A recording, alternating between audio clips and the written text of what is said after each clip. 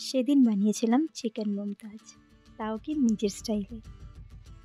Ingredients কী কী লাগবে সেটা লিখিয়ে দিয়েছি, প্রসিডিউরটা আমি মুখে বলে দিচ্ছি। ফার্স্টে অল্প আলু ভেজে নিলাম। ভাজার সময় আলুতে হলদি আর অল্প নুন দিয়েছিলাম। আলুটা ভেজে সাইড করে রেখেই আমি সম্বাসে দিলাম অল্প শুকনো লঙ্কা এবং জিরা, আর সাথে ২-১টা গোলমরিচও দিয়ে দিয়েছি।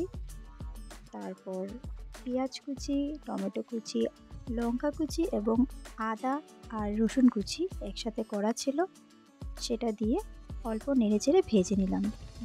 ভাজার সময় মেনশন করা গুঁড়ো মশলা প্রত্যেকটাই অ্যাড করা হলো এবং ভাজা হয়ে গেলে আমি মিক্সার গ্রাইন্ডারের জারটার মধ্যে মশলাটা উঠিয়ে রেখে অল্প ঠান্ডা করে তারপর পেস্ট একটা বানিয়ে নিলাম।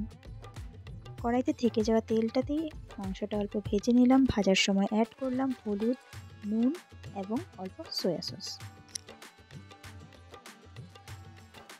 মোটামুটি অল্প ভাজা হয়ে যাওয়ার পরে আমি সেটাতে অ্যাড করলাম অল্প কুচি করে রাখা ক্যাপসিকাম। তারপর আর অল্প সময় মাংসটা সেদ্ধ হওয়ার জন্য রেখে দিলাম। মোটামুটি অল্প সেদ্ধ হয়ে যাওয়ার পর আমি অ্যাড করে দিলাম বানিয়ে রাখা মশলার পেস্টটা।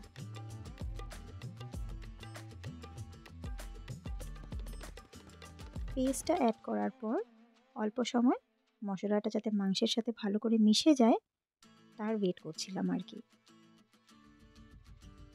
মাংসের ভিতরে মশলাটা যতটা ঢুকবে খেতে ততটা টেস্ট হবে। তারপর অল্প জল অ্যাড করে দিলাম। আমুলের একটা মিষ্টি দই পাওয়া যায়, সেটা খুব বেশি পরিমাণ নয়, জাস্ট 1 চা চামচ অ্যাড করে দিলাম মাংসে।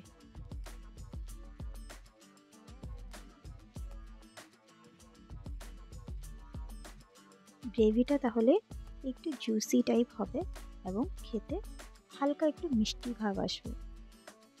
তারপর অ্যাড করলাম সেটাতে অল্প আমুলের ফ্রেশ ক্রিম। ভালো করে নেড়ে চেড়ে দিলাম যাতে গ্রেভিতে ভালো করে মিক্স হয়ে যেতে পারে ইনগ্রিডিয়েন্টসগুলো, এবং আমাদের ভেজে রাখা আলুটা দিয়ে দিলাম মাংসে। সবার লাস্টে কাসুরি মেথি অল্প হাতে ক্রাশ করে দিয়ে দিলাম গ্রেভিতে। তারপর বেড়ে নিলাম। খুবই টেস্ট হয়েছিল মাংসটা খেতে। আপনারা একবার ট্রাই করে অবশ্যই জানাবেন কিন্তু কীরকম হয়েছিল। ওকে, বাই।